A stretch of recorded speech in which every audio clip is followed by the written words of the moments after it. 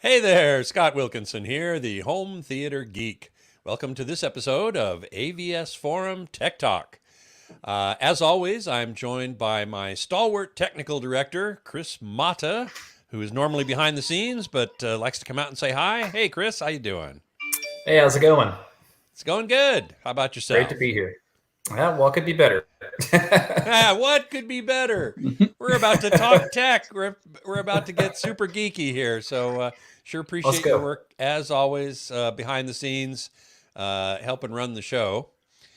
And today's guests, I'm very excited to introduce two guests today from KYD, Keith Yates Design, one of the premier home theater design companies in the country and probably the world. First up, of course, is Keith Yates himself, the founder. Hey, Keith, thanks so much for being here. Hey there, Scott. Great to be with you. Yeah, Keith, you and I have known each other for decades, Yeah. and uh, and you've done some incredible work. I've been in some of your theaters. We're going to talk about a couple of Mhm. them today, and man, oh man, it's quite impressive. Well, thank you. Thank you, Scott. I appreciate the opportunity. Always glad to be talking high tech with you. Also from KYD is Andrew Steele, chief engineer for the company. Hey, Andrew, thanks for being here. Hey Scott, thanks for having me as well. Yeah, yeah. So we're going to talk about a couple of the projects that KYD has been involved in, you two in particular. Um, the first one is well known to AVS Forum members because it was a home theater of the month, might have even been the home theater of the decade. I can't remember. It was several years ago that we Yeah. featured it. The owner is a fellow by the name of Rob Hahn. Is that correct? Yeah. Yeah. Hahn. So if you search AVS Forum for Hahn, you will find the Hahn Home Theater, which Keith and Andrew were instrumental in developing. And we're going to talk about that. So let's start, Keith, with a little bit of background on how you came to this project. Thanks, Scott. Well, Rob Hahn was a cinematographer in Hollywood for many, many years. Shot one of the Batman movies, just a lot of movies, probably 20 or 30 movies that almost everyone's seen. And he moved back to New England, where he's from, and back in this case to Connecticut, and decided to build the sort of private cinema of his dreams. He's a perfectionist and was always bothered, even when making films, by um, projector glass in the cinema that was cloudy or dirty, or Hmm. all these little things, stray light coming in, noise from the adjacent cinema in the Cineplex, right? Yeah, yeah. Stale air, and he's a perfectionist, and he flew around the country interviewing people uh, to design his theater, and he was in, I think, Michigan, and someone said, "Don't do anything before you meet with um, Keith Yates and his team out in California." And so he we met. We spent, a 2 hour get together in the San Francisco Bay Area turned into, 4 or 5 hours. Huh. He brought his brother, and who was a well-known technologist at Pixar, one of the core people at Pixar, who's very deep into this also. And so we geeked out, just like the viewers of this program have strong geek tendencies, and we were a real geek fest there. Um, and he ended up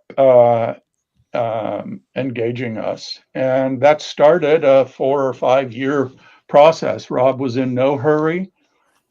He wanted to be working on it constantly, but he wanted, unlike our other black label, that's our top level of service, and the Hahn Theater is a black label.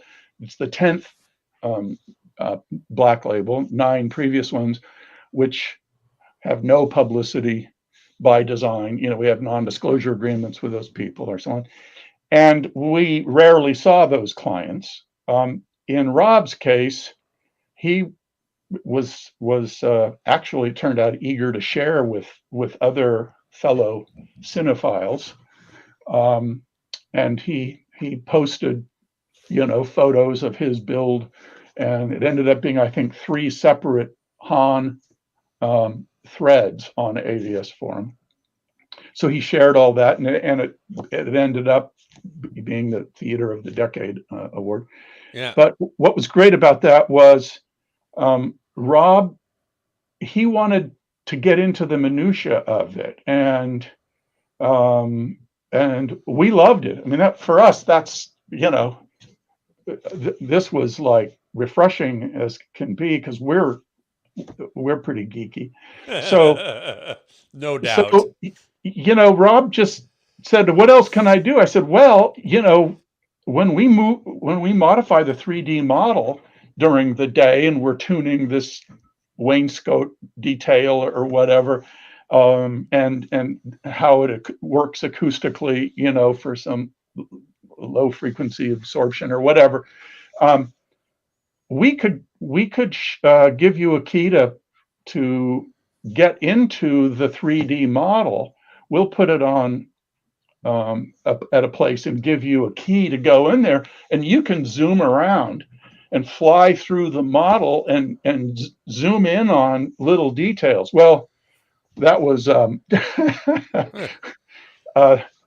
Rob took full advantage of that opportunity. Would be a nice way to say it. So, but it was just great, and in the end, he allowed us to show to some film people, Pixar people, Disney people, executives, and so on, who would fly out to Connecticut, Hollywood serious technical people. And the response was basically the same everywhere, which was, Hollywood doesn't even know that this level exists. How can that possibly be that it's more real, it's more of a you are there experience than in the best studios, and control rooms in Hollywood? How is that even possible? It wasn't like it quickly became a technical discussion as to what the hell are you guys doing that makes this possible. And so we had not been in the generally willing to share that stuff publicly, but we did in this case, and we some of it in the Hahn Theater threads on AVS forum, and we got a lot of phone calls, people asking, "How can I do something like that without having such a big room and a budget and time to do it, and all that stuff," because that was pretty much no holds barred kind no holds of barred, unlimited almost. I wanted to get Andrew in here a bit to talk about. Give me your thoughts about starting this project and how it evolved for you. It's a good question, Scott. I was brought in as the project was taking shape. I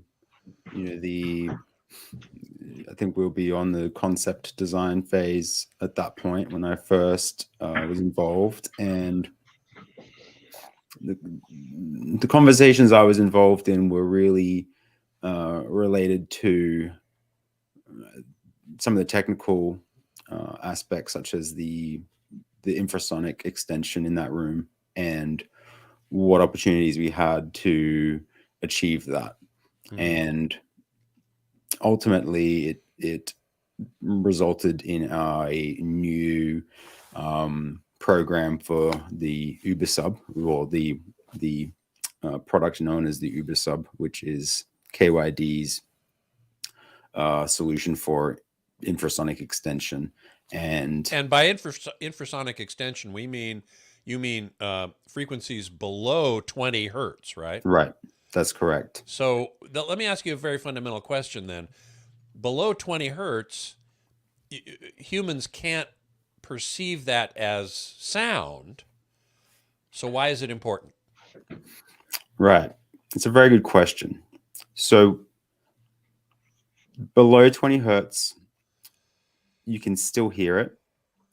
The threshold to be able to detect it audibly is just at a higher level than what we'd normally refer to as above 20 hertz. And there is an element of hearing it. There is, you no longer hear a tonality. It's more of it can contribute to percussive effects, and also a sense of the envelopment of the environment, because we're surrounded with infrasounds all day, every day. Like right now, you and I would be exposed to infrasound that's above the hearing threshold as well. So, and here we're looking at a drawing, a graphic actually, that gives some idea of what you're talking about. Right, and these are all different content, different movies, where it was even in the Blu-ray where there's significant sound energy that's recorded or captured by microphones and then baked into the Blu-ray, DVD, the streamed content. And what we looked at was how do we faithfully reproduce any of this content. So there's elements with the Black Hawk Down, for example, we had on there where there's we have this 5 hertz pulsing that is from the helicopter, I think. From the helicopter blades, that's right. Yeah. And it's pretty close to 0 dBFS at full, close to the reference level, 115 dB for LFE. And, for Hahn, we looked at, or for any of these projects, we looked at what do we need to do to predict and deliver infrasound consistently and with a high level of certainty. And so because this content's in here, we know the emotional response that playing back infrasonic content has. We've done our own internal studies on that, and we know that it's not just about the explosions. It's about real world experiences we've had, or even experiencing something you've never heard in real life. We're creating an environment that, in terms of removing sound from the room, removing excess noise, creating a very quiet noise floor, and then being able to bring back whatever's captured in that content and bringing it back and playing it back with extreme linearity. And I know a lot of this is not new to a lot of the AVS forum, listeners on this show, but we've been, Keith started with articles called Way Down Deep many years ago. This plot we're looking at from 2004 was one of the images that Keith included in that article, where he went and measured all of the best subwoofers, at that time, outdoors, and measured, where their distortion limits, prevented them from being able to be used in a project. And so, for the Hahn Project, it was a big endeavor to look at how do we get down to those single digits. A textbook doesn't tell you how to predict or how to simulate what you need to account for when you're designing into single digits in a room. Any room acoustic book is going to talk about room modes for a whole chapter, and then it's going to have one one sentence, and it says, and below that there's a pressure region. So Huh. we dove all the way into how do we characterize a room, how do we simulate, how do we optimize a layout. And here Because we're looking at a picture of some testing, I think, that you did to further that goal, right? that's right. And so I think there was an image before that that showed a room. I'm not sure if we can go back to the previous slide. That's it there. So you know, I think we go back. Can we go back to the waterfall plot? oh, this slide's perfect. This will do it. Okay, sorry. Yeah. Stay here then. And so what we're looking at is a finite element analysis study that we performed on the Hahn Theater, before any construction started. And so what we're looking for was the interaction in the pressure region. We're looking at a plot that's 5.5 hertz here, and we're looking at at infrasonic frequencies. The location of the sources is very important, and the actual room shape and the volume of the room, the volume and the boundary conditions, or what the walls are made up of, all contribute to being able to hold that sound pressure into the room. So in this case, we're talking with the source is the what looks like 6 speakers. That's right. In the wall, the far wall, which is a screen wall. Yep. And what are the colors here represent? The colors represent sound pressure level. So going from blue, that's 114 decibels, and the red is 122 decibels. Oh man. And so what we were looking at is, what does the room need to be made up of? Like, the material decisions are incredibly important. And so we did is simulated at the beginning, because when we're doing a room like this, we can't have the room build the baffle wall and then realize we need more subwoofers to achieve that 120 dB target that we've got for our black label projects, down to 5 hertz. And so we needed a high level of certainty. So it even goes down to things like the door latches are important, because even the door being able to move 1/8 of an inch impacts the amount of energy that's kept inside the room, or inversely, the amount of low frequency energy that's escaping the room. So we characterize the boundary here, and we had a high level of certainty about what the room, how it would perform once it was built. But then even still, once we had constructed the room shell, we went through a process of validating the room's boundaries, so that we could move forward with construction with confidence that the 6 Uber subs for the Hahn project was going to produce the output we needed, or what was for in our spec. And so that next slide that we have that shows the subwoofer outdoors, that was outside of the Hahn project, and this was a validation step that we performed on the subwoofer. We're now using an instrumented low frequency source when we're doing these room gain calculations, and that means we're putting an accelerometer on the cone, and it's measuring the displacement of the cone as we do our test sweeps. And so we don't need to perform this outdoor test anymore when we're doing these room gain measurements. This picture is outdoors, right? This is outdoors. So what we did, so we've got a subwoofer outdoors, and you're measuring the sound pressure level at 2 meters.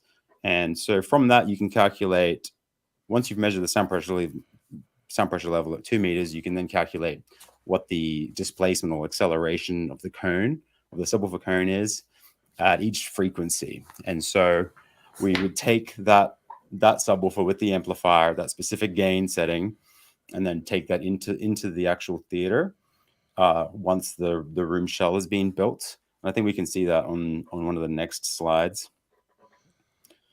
Yes, and so this was part of the finite element validation study we did, but we did the outdoor measurement.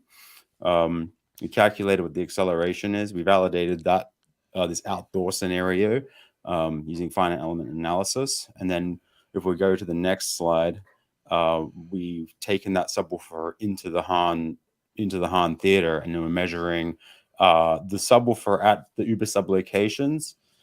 at each individual OBISUB location, and then we measure at all audience seats, and then we use that data that we've captured to validate the boundaries. So from that, we can look at the discrepancy between like a rigid wall model and a wall that's losing energy, because just all these walls aren't a perfect pressure vessel, but we're really maximizing what energy we can hold in. So the small loss we get through the wall, we're actually accounting for that in our simulations. Because you're losing energy at the wall because the wall is not perfectly rigid, right? It actually flexes when it's impacted by high levels of sound pressure level, and that's going to suck some of the energy out of the signal. That's right. So any wall will, you have any wall construction in the world, even a foot of concrete, you put sound pressure on that wall, it will deflect some amount. And so what we're looking at is characterizing that. So even a wall that's a STC 100 wall assembly, you're still going to lose some energy at low frequencies, through any wall, unless it's infinitely thick concrete. You can get infinite sound isolation, effectively, because it would be very stiff. So it's very important at these frequencies that we're measuring how much energy we're losing, because even though the construction's very robust, we perform that test so that we can then verify that 6 OBISUBs would have been okay for the Hahn Theater, or if we needed to go to 7 or 8. And so that was a whole point of that white box testing and validation, is that we are confirming that we're on target to meet our spec of 120 dB at 5 hertz. Mm-hmm. So here we're looking at actually we were looking there at the front baffle wall, which includes the 6 subs and the 3 main speakers. And Keeping Up with the Jones in the chat room is saying, "Look at that front soundstage." Yeah. Man, oh man. It's Rob's a fantastic client, and at KYD we exist to deliver these fantastic outcomes for clients. And I grew up fascinated by speakers and subwoofers, and I joined KYD because I saw they were the best in the world at doing these just exquisite rooms. Theater and 2-channel music is one of my biggest hobbies, and it turned into my career. Isn't that great when you can do that? Yeah. It's really something. The thing that's just fantastic is that we get to work with clients like Rob, who is just so passionate about this.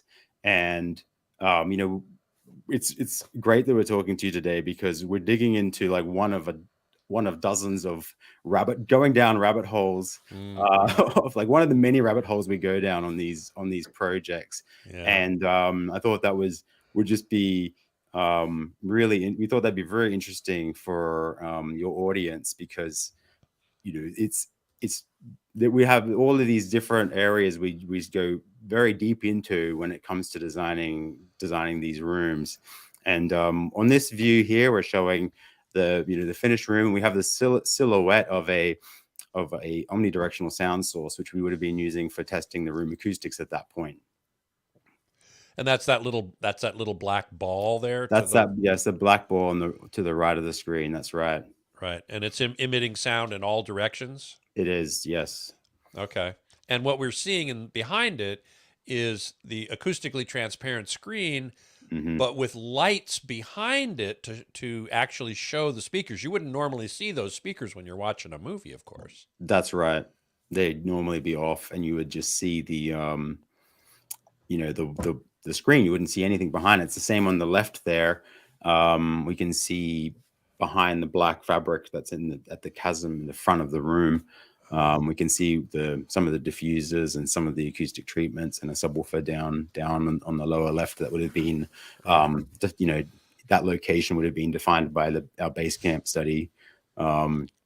And one of the best uses of this backlighting is to actually bring it up during the credits. So as the credits are rolling, Yeah. when the backlights come up, it's phenomenal, because it's almost like the text that's coming up in the credits becomes holographic, because you get this depth behind the screen. Wow. And it actually kind of melt. It's one of those sort of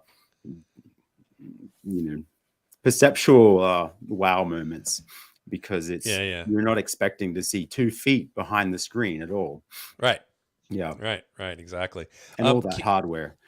So, Keith, I'd love for you to tell us a little bit more about the room design. We have some pictures of the room design there. What we're looking at right now, Keith, I guess, is an X-ray or skeleton view of the baffle wall, right? Right, but I think this one is a project in Europe. It's a different this project. is not the Hahn. It's Okay. somewhat similar. It has Uber subs, as you can see, and I think we have 10 Uber subs shown in this one. This is a much larger room. Even much larger than Rob Hahn, which is a huge room. Yeah. No, this is 39 feet long, 12 meters for the metric crowd. Oh man! And it's like, what is it, like 28 feet wide or some 30 feet wide? It's actually 36 feet wide. 36 wide. Now that's okay. almost and then 16 feet from floor to ceiling at the front of the room, or 5 meters.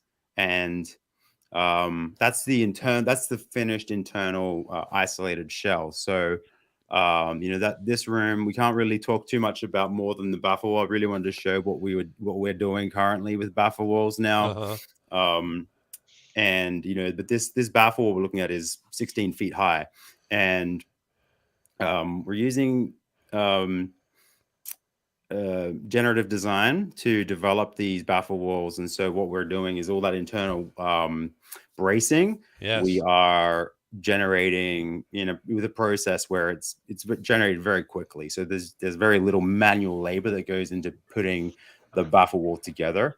Is that like a modular system then that you've developed? So the generative design is where you use rules and you set up these different like inputs. So we input points for the different elements of the baffle wall that then automatic, and we we'll enter the height, and we'd also locate the Uber sub where it would be in that module, and it will generate the actual geometry. So the front plates we're looking at here, and we've got, I think we had 26 different individual enclosures on this baffle wall. And so we're looking at these, we can see these separate enclosures that are all contained, like they're their own individual, speaker enclosures. And we're going in, the reason we've developed these tools to generate the geometry for us, we're using these tools to generate them relatively quickly so we can spend more time in simulation and verification. And so we will take each of these, because these are unique pieces of, this geometry is unique to this project. Had a very specific, like this room had a very specific, angles built into the room when we started. And so we're using as much of that front, as much of that volume at the front of the room as possible. Mm-hmm. Because each of these Uber sub enclosures is still 50 cubic feet per Uber sub module. Uh-huh. And, we're doing that because we want to put as little power as possible into these Uber subs so that they don't generate distortion.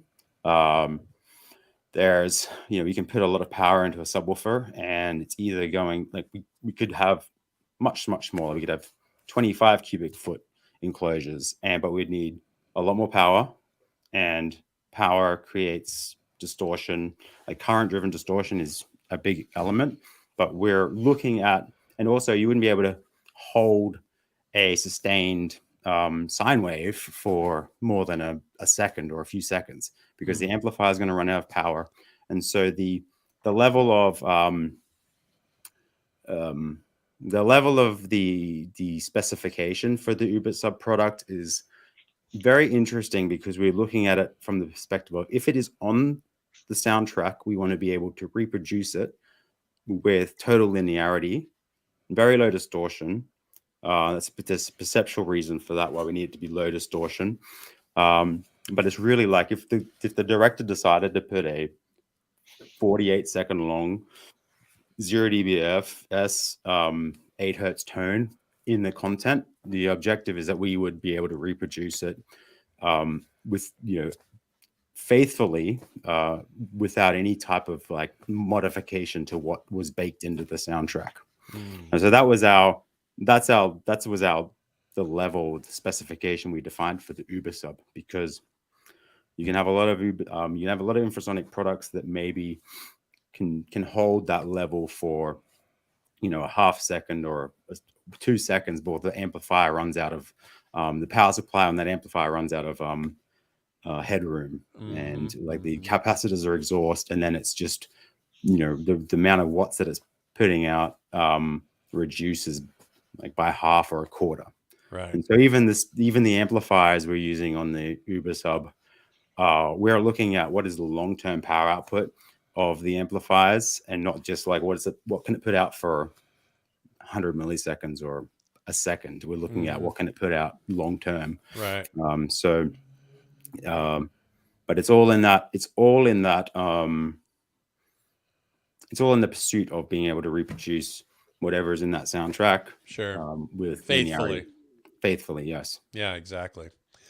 So Keith, I wanted you to take a look at some of the earlier graphics in the deck that we have about with the design of the room, and just have you say a couple things about that.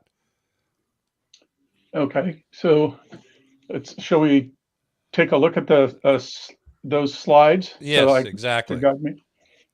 If we can pull those up.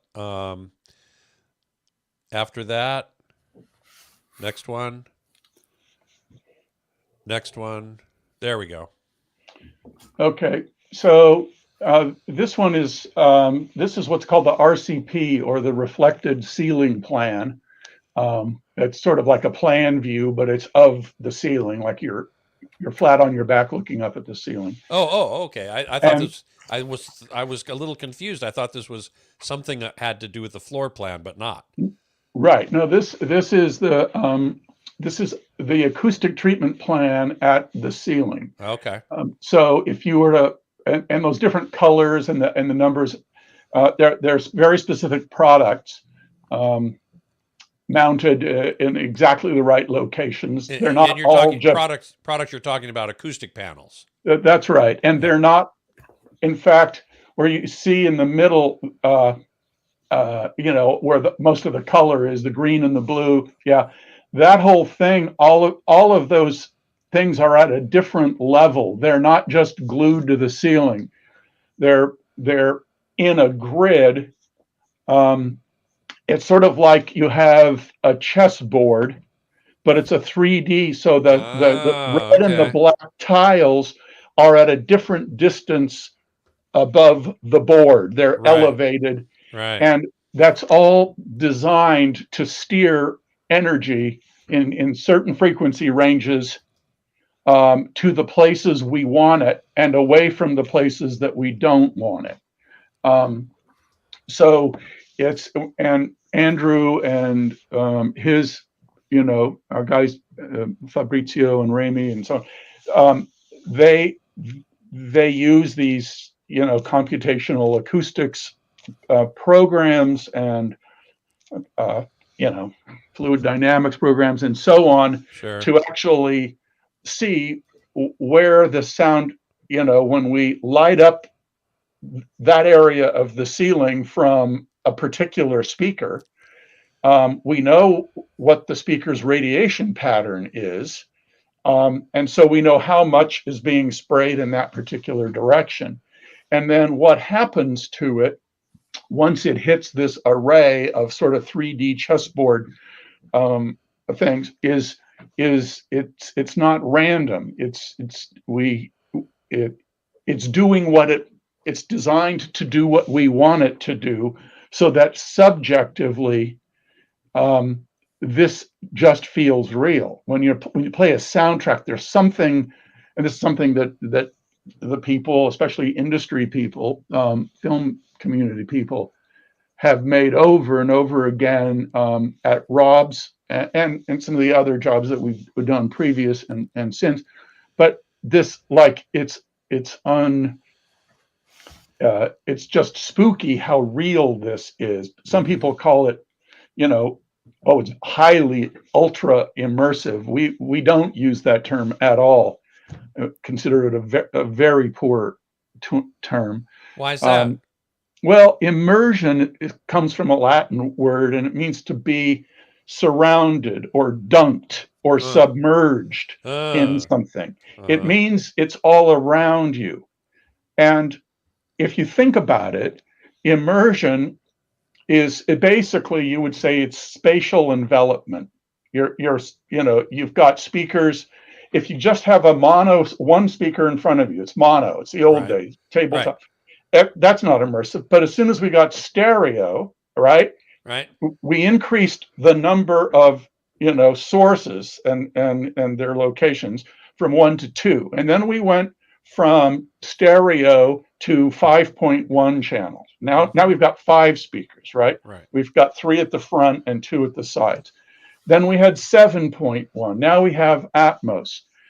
Whenever you add more speakers in different and steer the appropriate content to them, and you provided every speaker is lighting up, if you will, if you think of them as light bulbs or flashlights with, as long as every seat is being illuminated by every speaker, because a lot of speakers are too beamy, especially consumer speakers, where the radiation patterns, or the rad-pats as we call them, are very beamy and weird. At different frequencies, the pattern changes. You can't, that doesn't happen generally in the pro world, because in the pro world, in the studio, you've got the main focus listening position is where the engineer is in the middle of this giant console moving knobs,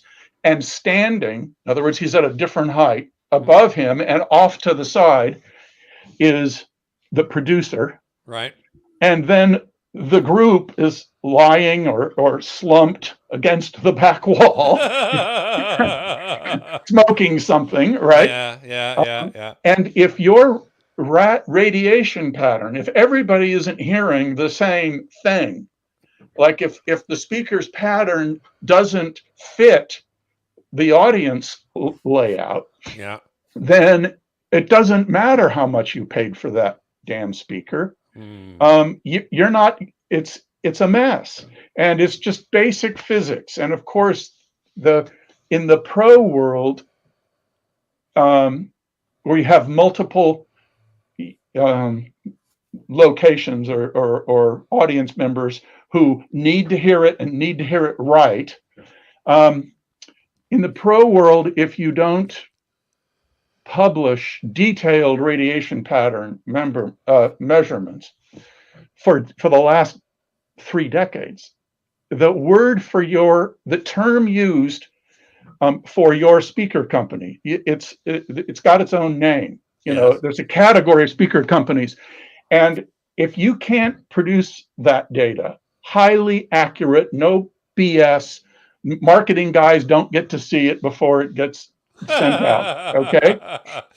If you don't do that, the term for your business is bankrupt. Okay, you are out of business. But it's just kind of the Wild West on the home side. There are some speakers, the speakers that Rob are at Rob's, the JBL M2s, detailed rad-pat measurements, which you can't even do acoustic modeling without detailed rad-pat measurements. So if you're using most consumer speakers, the idea that somebody actually used computational acoustics to optimize the acoustic treatment plan for those speakers and so on, That's a non-starter. They didn't, because none of the software none of it, Ease, Cat Acoustic, Odeon, whichever package, we use all of them,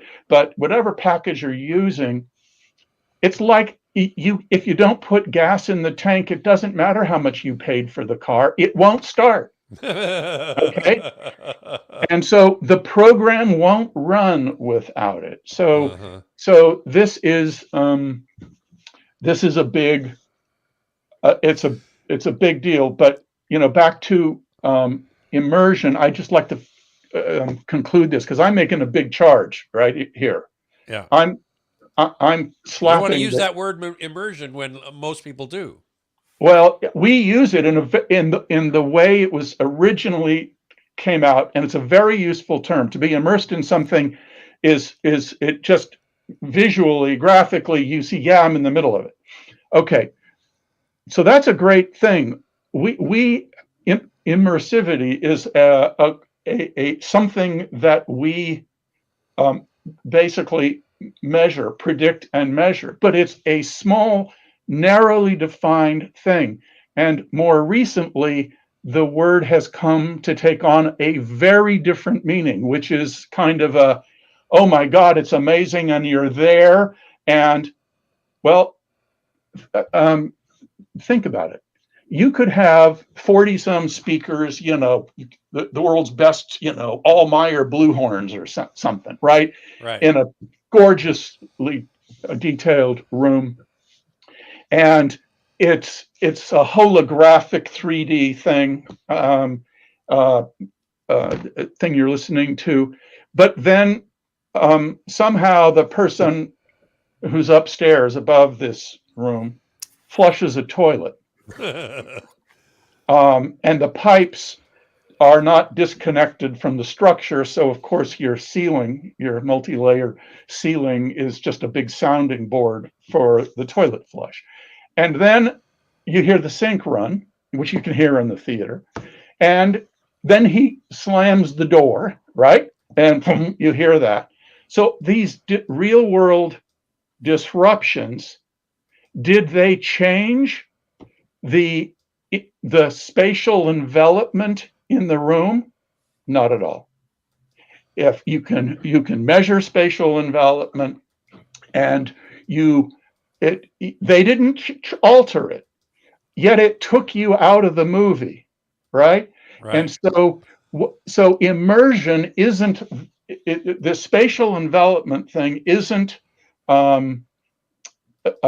doesn't give the customer what they think they're getting typically, because it's a poor use of the word. There's as you increase the channel count in the playback system, spatial envelopment tends to increase very usefully. That's great, but and immersion is proportional. As the density of channels goes up, that 3D-ness becomes more. They scale together, but what the movie effect is, the suspension of disbelief, to go back to the 1815 or whenever Wordsworth and Coleridge had that correspondence between them where that phrase was born. That sense of you're not watching a movie, you're in it, you're living it, or that's where you suspend your disbelief and you actually enter this thing. Yep. Every psychologist who has ever published a paper on this, that effect in psychology, we track all this stuff, all the academic literature, and so on, and have those kinds of people in our Rolodex, so we call them, right? Right. And have for 30 years. And they will all tell you it's binary. There is no argument that this, what they call place illusion, PI, that means you believe you're somewhere else, like in the movie. Uh-huh.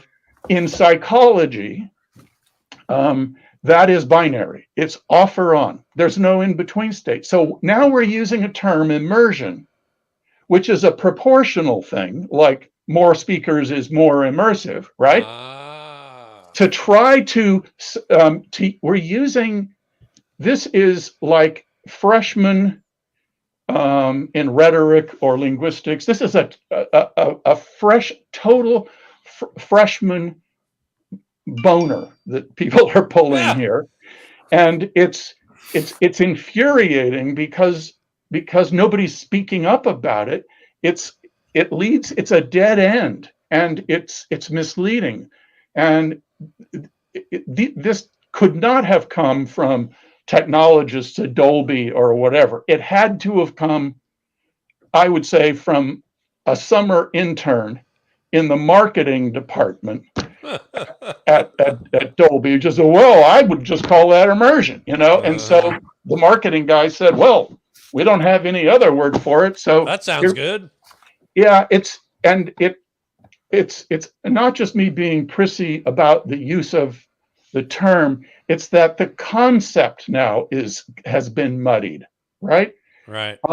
And so the usefulness of the term, as words have value, they have use, right? The more specific they are, the more meaning they can convey. So this is a problem. So we call this place illusion thing. We call it, and have the "you are there" effect, right? And so we have a way of scoring any room, any playback environment with any system, and we have roughly 40 measurements for background noise, and speech intelligibility as measured at every seat. All these things have internationally standardized measurement methodologies, which is what we believe in that. And we grind all that stuff, all these 40 different measurements together, and it spits out basically scores for how good is that, how strong is the "you are there" effect. Is it possible? It doesn't mean that everybody in the audience is going to get it. It's more of the likeliness that an audience in that room, when that system is turned on, how many of them, what percentage of the audience is likely to get this relatively rare effect of, holy shit, when the movie was over and they're running the credits, I didn't even know my name. That was like an out of body experience. Right. Holy crap. How did that happen? And Yeah. so that's what people family show here. So and that's what we think people really want, is they want to live somebody else's life. It's not like some people probably go in with their iPhone and they watch a movie and they're texting people about work stuff or whatever. I think the point, and that kind of theater would not be an interesting project for me, right? Sure, of course. I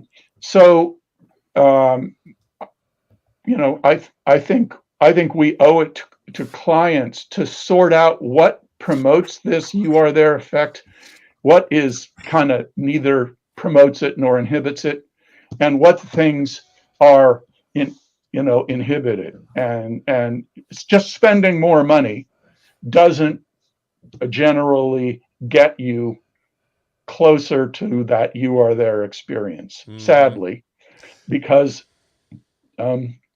the industry's not really focused on it. They don't, they're not,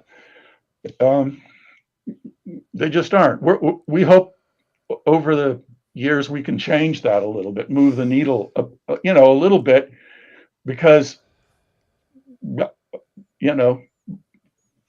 I think that if we, as a design firm, if the outcome of our work is that we deform the largest organ in the human body, which is your skin. Yeah. And through an involuntary reflex of the central nervous system, and it's called piloerection or horripilation. We all call it goosebumps. Okay, right. That's what happens. That's an involuntary thing, and it goes up and down your, if you've ever had them, you go, holy mackerel. If our work can deform the largest organ in the human body with your hair standing up and you have no control over it, right? That's, to me, that's success. That's success. I mean, that's how we measure it. It doesn't matter how big the room is, how much the client spent. What matters is how beautiful the woodwork is, or none of that stuff matters. This is a room designed to perform when the lights are off. That's its purpose for being, right? So we don't want to have the architecture driving it. We do all kinds of different architectural styles. We're into it. Lots of my books up there are architecture books. Andrew's the same way. All of us, that's a side passion of ours that goes back, to when we were in grade school, all of us. However, we don't confuse that with our job. It's the fun stuff we get to do. The Hahn Theater's one, And in fact, before we run out of time, I want to talk about another project of yours, which is called the Paragon Project. And Andrew, I'd like to maybe give you a little chance to talk here as well, while we pull up the graphics for the Paragon Project, which is in Colorado, and tell us a little bit about this one. Yeah, Chris. This project, really exciting for us. We finished it last year, and we were brought onto the project after the house was already under construction. And so we were working with some, quite interesting constraints in terms of the space that we had to work with. But, the outcome of the project is you don't sense any of it. You didn't feel it as you enter and move into the theater. So what we're looking at here is a bird's eye view with the room, cut in half. And so we're seeing inside we see the airlock on the lower right, and then the projection room, and then the theater with the technical cavity in the yellow that surrounds the perimeter of the room. So, what we wanted to show you today was, it's like a little bit of what we're, one of our steps that we're doing in, during a project as we're carving out and shaping the room. What are the things that we were looking at in terms of simulation? Like we've got a very heavy finite element and very heavy finite element emphasis today. But I wanted to show you that the room, when we're looking at it as just this box, is actually it's bigger than that, because we have a mechanical system that extends beyond the room itself. And this picture we're looking at here has the HVAC ductwork, right? That's right. And so what we're looking at is the finite element mesh. So this is used for our acoustic simulation. We were simulating below 80 hertz here, so you see some of the mesh elements are quite large. And it's a basic model. It doesn't have any of the acoustic treatments in there.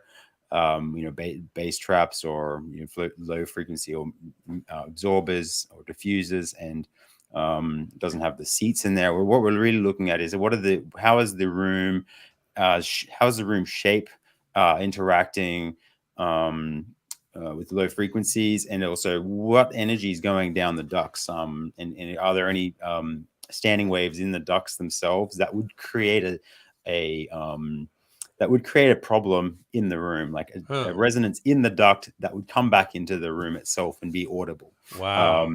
Another thing, so we can see here one of the supply, what we have coming up we're sort of looking at the back of the room here, and we can see these two ducts that come up at the behind the room, and those are two supply ducts. And in the final room, those two vertical elements were attenuators before it enters the room. And we can see a standing wave inside that duct, which wasn't a problem in the actual room. But Huh. You But it know, was in this theoretical study. well, yes, it was. It was a strong mode in the simulation, and in the real world, but it's not audible in the room. So it's not like that mode was sending energy back into the room. That was a problem.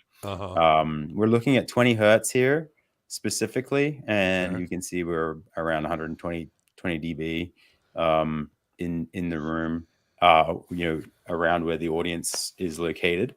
And what we're also, I think, is interesting to show because it tells a few stories. One of the things we're looking at is these ducts that we have a few loops here. We've got one duct loop that circulates the air within the room, and then we have these two legs you can see on the bottom of this image that are the supply and return for the fresh air and the exhaust air going out into the atmosphere. And so we're looking at how much energy travels down those ducts and may become a problem somewhere else in the house in terms of sound being transferred elsewhere, and how much attenuation do we need to add within those ducts to reduce the level to an acceptable sound pressure level so it doesn't disturb the rest of the home.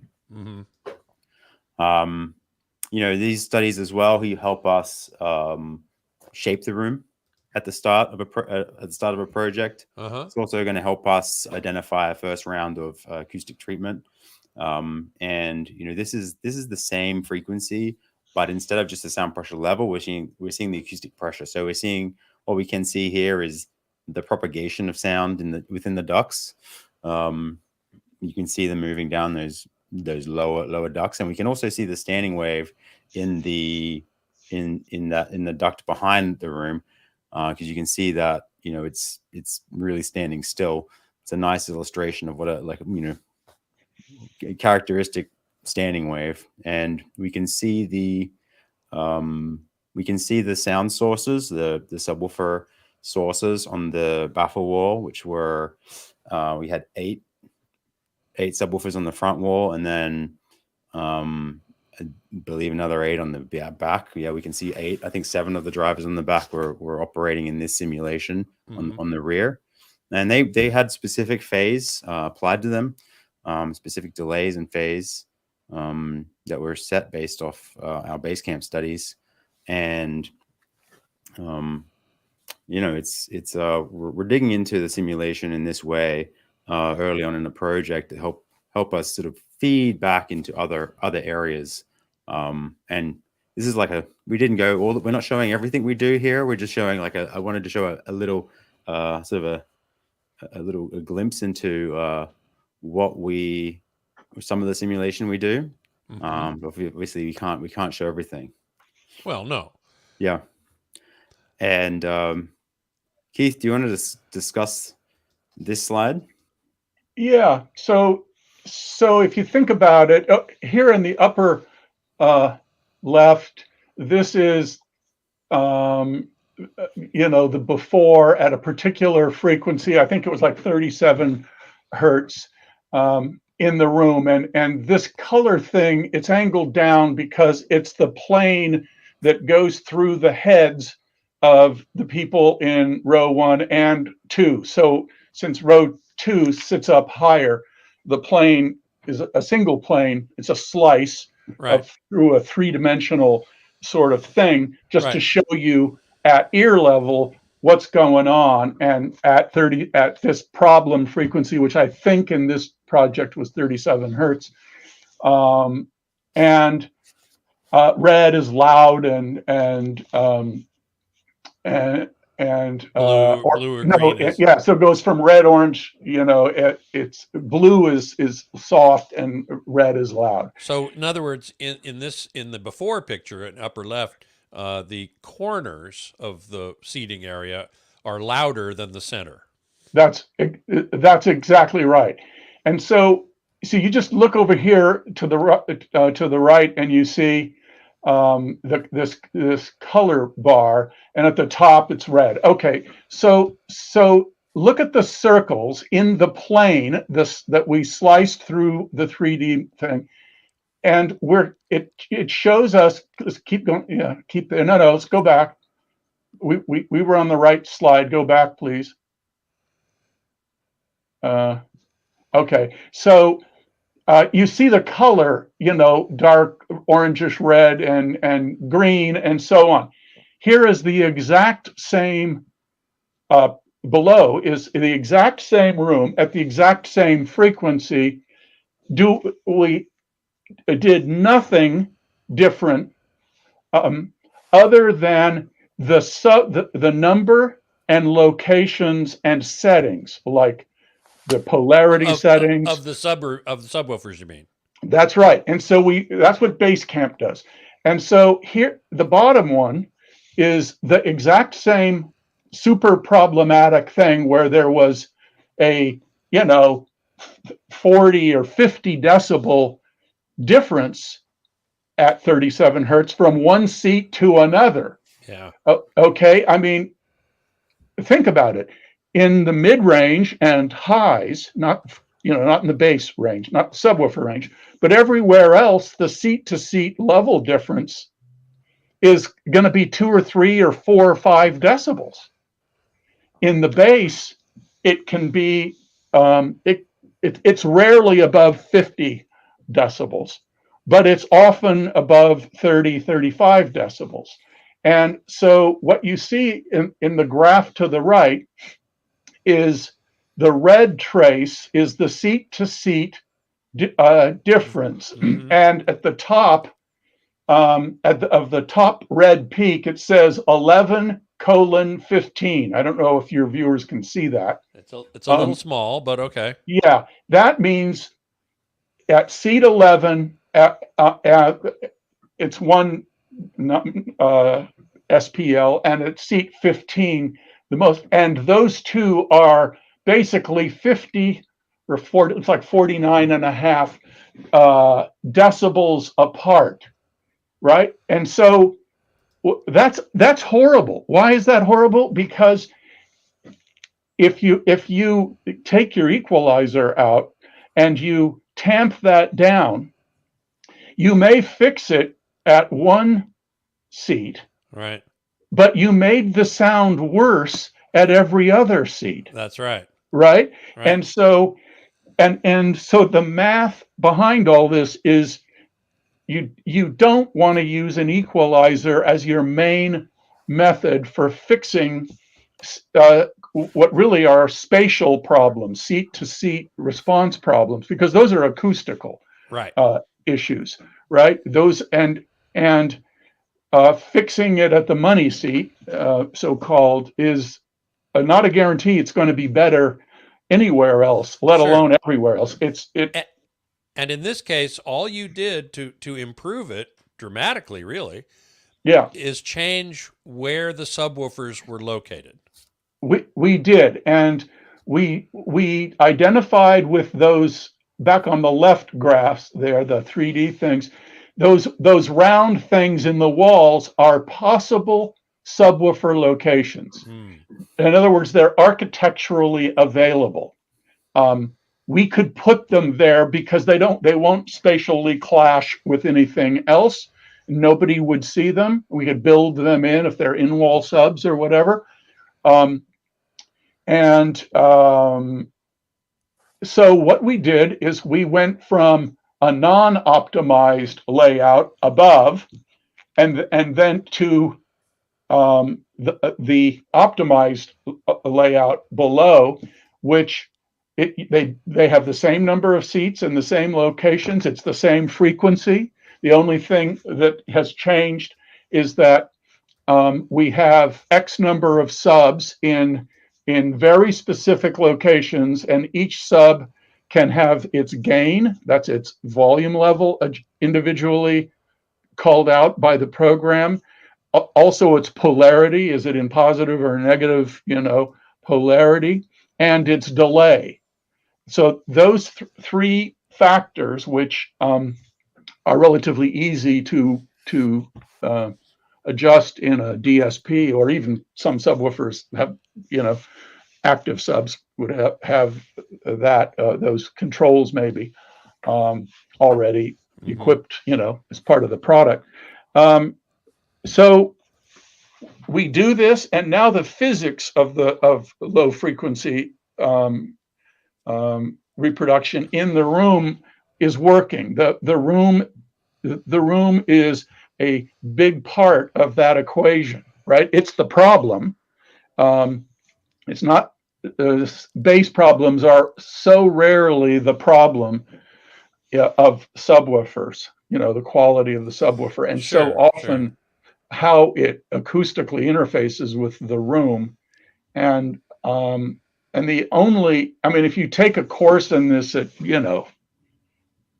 a university, like upper division, your senior year in acoustics or whatever, you would learn that, there are relatively few tools that can help you assess what's really the problem here and what could we do about it. And the primary tool as a class of tools is called CFD, computational fluid dynamics. That's how you solve that problem. I mean, that's the first word out of any professor's mouth, or is going to say, well, son, you want to solve that problem, you need to buck up and take the splash out for CFD software. And that's what we did 20 some years ago. Well, would you say then that you have a great advantage if you have an architect and you build the room from scratch rather than having to deal with an existing room? Oh, it can be. It doesn't guarantee anything, but you still no, but you have more opportunity. You have a blank optimize the room. You got a blank piece of paper, and if you've got the tools to optimize this stuff, right? Yeah. Let's say you're okay with spending $50,000 or $70,000 on a piece of software that can do that, or hire somebody who does have that.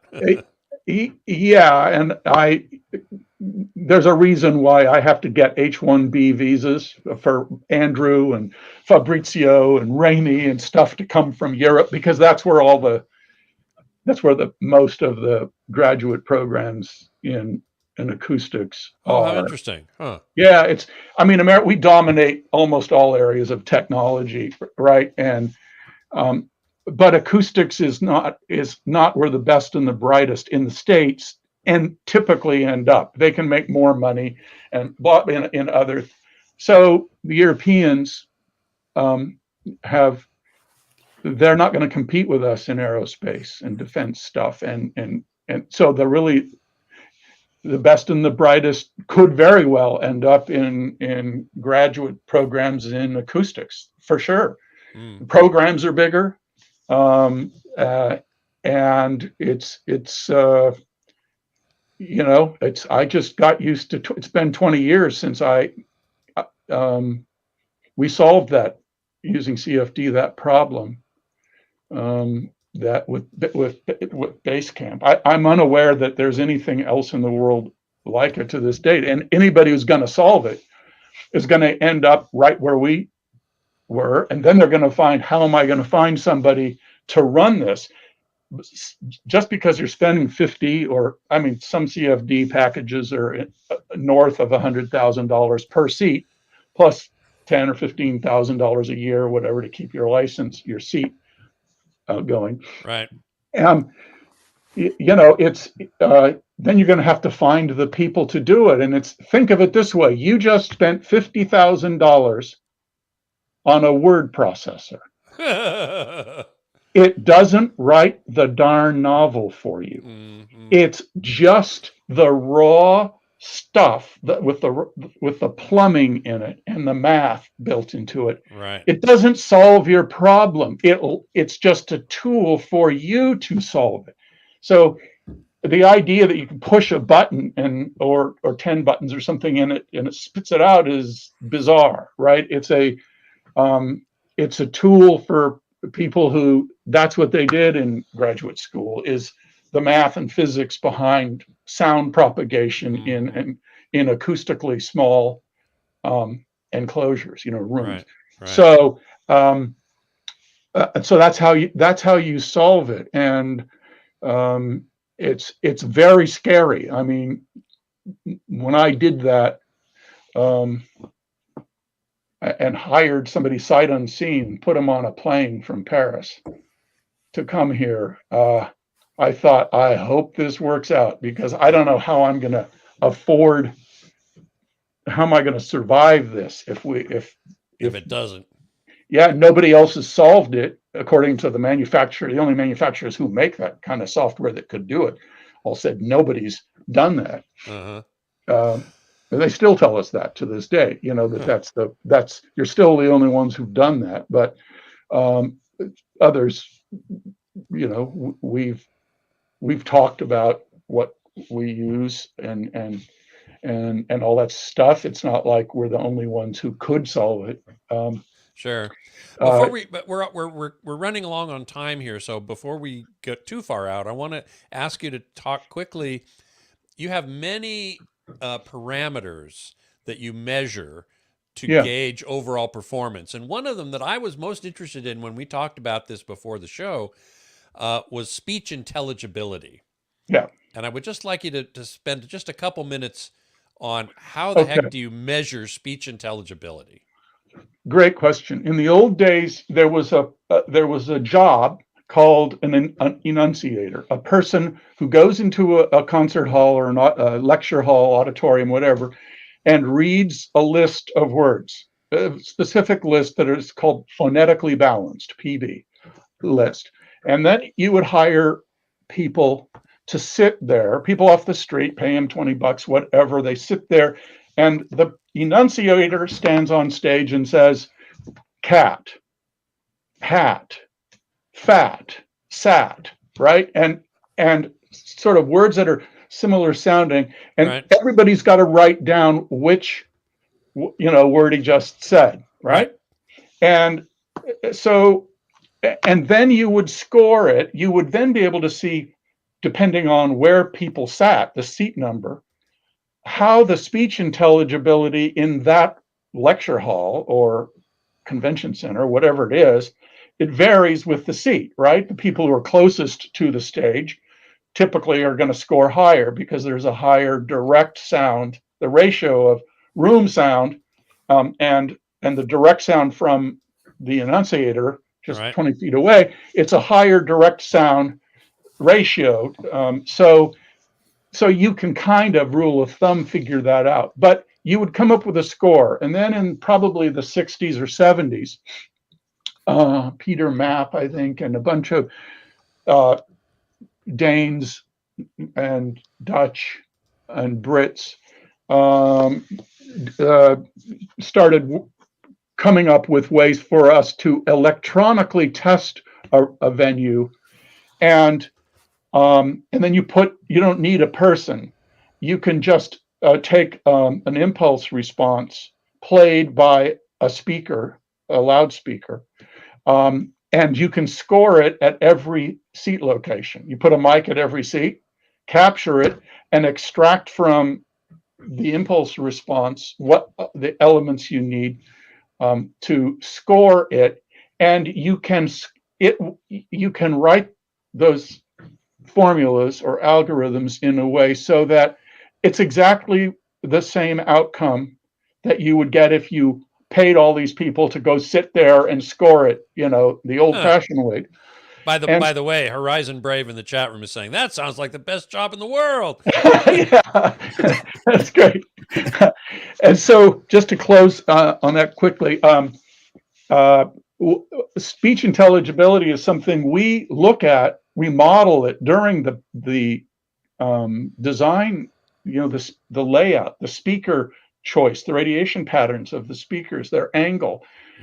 So we can measure virtually before they ever build it the STI, the speech transmission index. That's the term for. There's percent Alcons.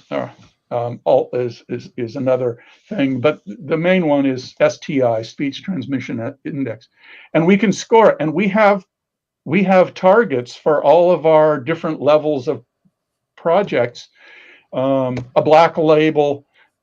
We may want the speech transmission index to be 0.89 or higher.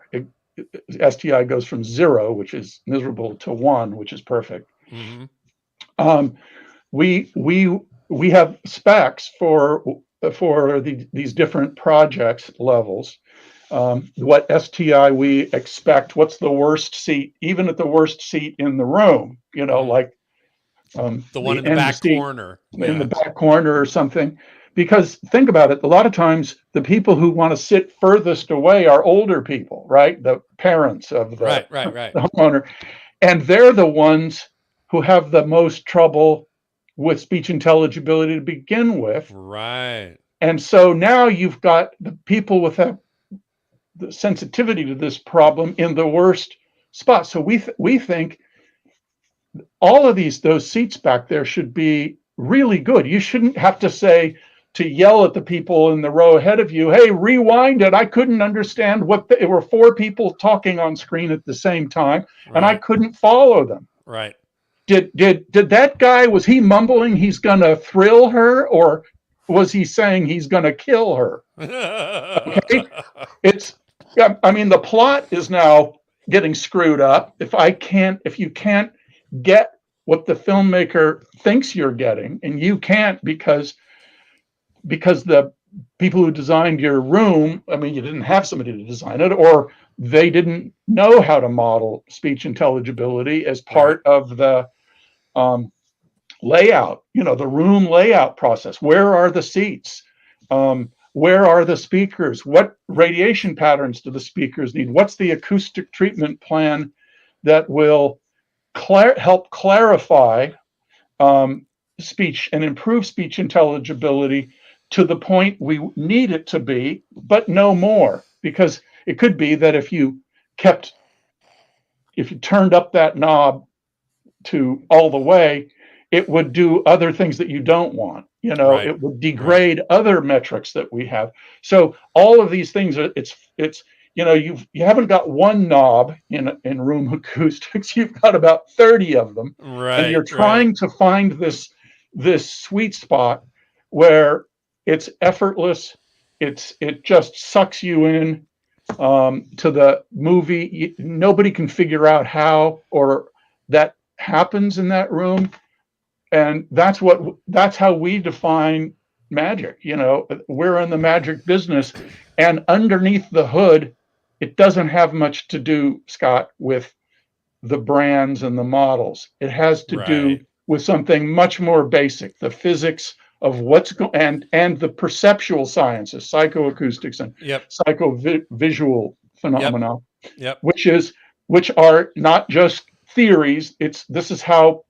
It's neurology. This is how humans are wired, right? And so we know that those are the things that shape what we do and why we do them.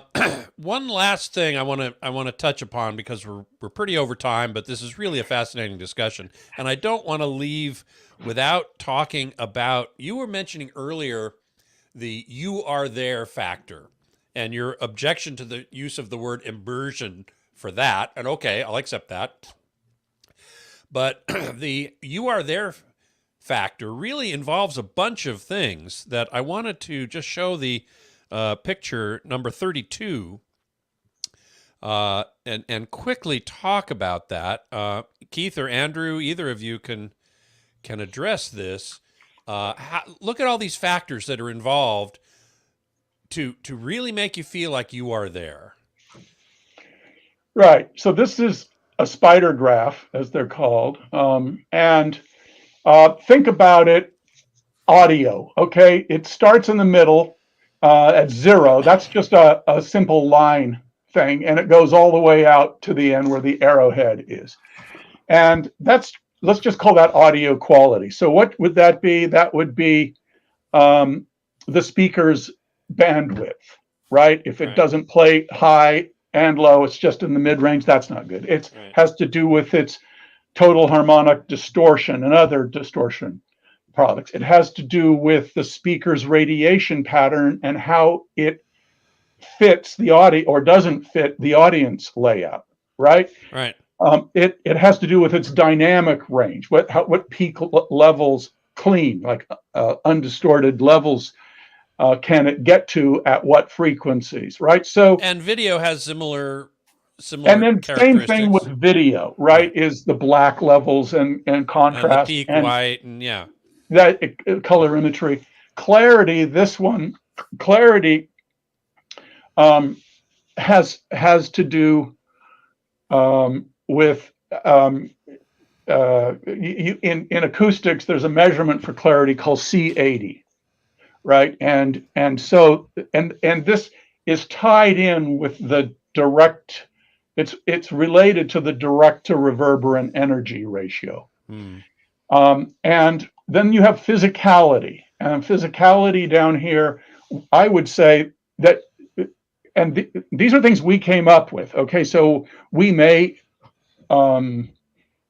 change, it may evolve, but from here. But physicality is how does it go down into the feelable range? Feelable bass is typically from about 40 hertz down to, the lowest. Well, 2.5 is the lowest. There are the hearing threshold curves for 50 years. There are many of them done at various universities and institutions and so on. And when you overlay all these internationally published findings about how what the hearing threshold is at infrasonics, they all merge into the same graph. Okay, it's maybe 1 decibel difference from the Dutch test that was done in 73 or versus the German one done, whatever. Right.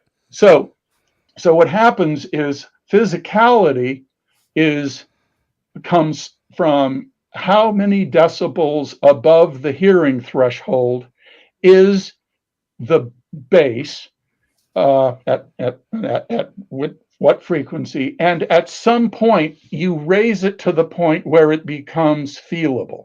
Right. And some people say, well, infrasonics you can't hear, you just feel them, that's a person who hasn't read one paragraph in one book on any book on human hearing that's been published in the last half century. Okay, it's not Keith's opinion. This is, you get this in your college course or you flunk, right? It's not up for debate. This is how human hearing system works. It's known. And so physicality for us is how deep at levels that are well above the hearing threshold, so that they're typically also feelable. That's number one. And then number two is something, physicality to me. This is Keith and Andrew putting their heads together and going through this. So I'm not declaring this as a fact, but for me, physicality is not just feelability at very low frequencies. It's also what you might call crunchiness. Think about, when a guy's playing a electric bass guitar and he goes room room with his fingers on a string. Yep. And so you have this low frequency, let's say that's 40 hertz. I mean, the low E on a bass guitar is, I think, 41 hertz. I believe so. That's the lowest. And so what you have is 40 hertz being played, a separate little packet of sound every 10th of a second or whatever.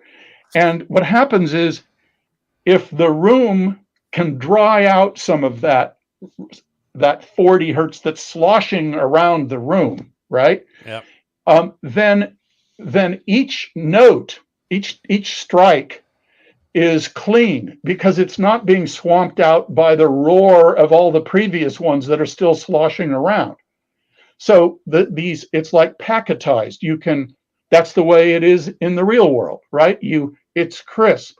It doesn't have, so you hear these individual things, this texture in the bass. And a lot of movies have a lot of texture in the bass. It's rapid transient bass transients that are close together in time, like a spooky scene in a factory. And then all of a sudden something cranks up with gears in it, and kind of low frequency ominous sounds start coming in. So physicality is a couple of things together, that a couple of measurements. And then you've got immersion, which we talked about. That's spatial envelopment. And then congruency, and congruency is it's actually called multimodal congruency. And what that means is that your different sensory systems, like visual and auditory and feeling, which is haptic or vibrotactile, right. Whenever they agree with each other, like multimodal congruency is, you're looking at a picture, on the screen, and there's a guy on the far left of the screen, and he's talking, and so you see his lips move at the left edge of your video screen, and the left speaker, which is playing his voice, is 10 feet away from the left edge of the speaker. So now you don't hear it where you see it. And that's non-congruent. It's not. It's right. It's multimodal. I mean, it's two different sensory modes. It's, in this case, auditory and visual. Right. And that's called colloquially the ventriloquism effect. And humans, you have no say in this. This is your deep wiring. Okay, this happens in the midbrain, where you're not going to consciously unhear or train yourself to, the ventriloquism effect, or what they call in research visual capture. That's the more technical term. But ventriloquism effect, your brain will hear it where you see the lips move. You have no control over that. Right. Unless you move the left speaker 2 more degrees away from the thing, and all of a sudden this thing collapses. It's binary. It's either perfect, you hear it where you see it, or it's a disconnect. There's no in between. Right. Okay. So a lot of theaters that we've been called in to kind of troubleshoot over the years, people say, well, geez, you spent all that money and you're not happy. And why don't you call these guys, KYD? And so sometime once in a while, we'll make a stop and go check. And these are some of the problems. Buying a better speaker doesn't solve that problem. No. Buying a bigger screen. I mean, none of these things that when you look at the consumer side, the purchasing side of this, which is the focus of the entire AV industry, really, don't really connect to solving these problems. But if you think you're going to watch a movie and you're going to have this immersive, or you are there experience, you are there effect, what psychologists call PI, place illusion, and you've got this separation, this angular spread that exceeds the internationally known threshold, you're dreaming. That's not how brains are wired. And this stuff is, again, I have more books on my thing on back here on sort of the neurological side of this, because that's the key to it, then probably at least as many books as I have on physical or architectural acoustics and noise and vibration and all that stuff. Sure. Because that's the job. The job is, if you want to create magic when the lights are off, it's all about this stuff and this graph we were on. Exactly. You need to balance all of those factors in order to have a you are there experience. Well, in order to get a you are there experience, as we have been talking for the last hour and a half, you guys have 30 plus years of experience delivering that. many of the projects, as we've talked about, a couple of them here that are the black level, which is the highest level of service. You also have a red level, which is still very high. And I just want to, before we end, mention that you've recently introduced what you're calling the alpha level, which brings your 30 years of experience to a simpler project, still not cheap, but your 30 years of experience shouldn't be. And even at the alpha level, you're going to get a level of performance and you are there factor that is rare, to say the least. And so we want to just mention that you don't have to spend the kind of money that a black level or a red level Oh yeah. does. You can actually engage the services of KYD at a significantly lower level. Again, not cheap, but not at the level that we've been talking about, and still get a long, long way toward that you are there experience. And I'm quite gratified to know that you guys have extended your services into that realm. Yeah. Well, really, if you think about it, if you do this for 30 years and you got hundreds of thousands of dollars of invested in the world's best test equipment and, Sure. and all this stuff, if you haven't learned to, like in muscle memory, right? Right.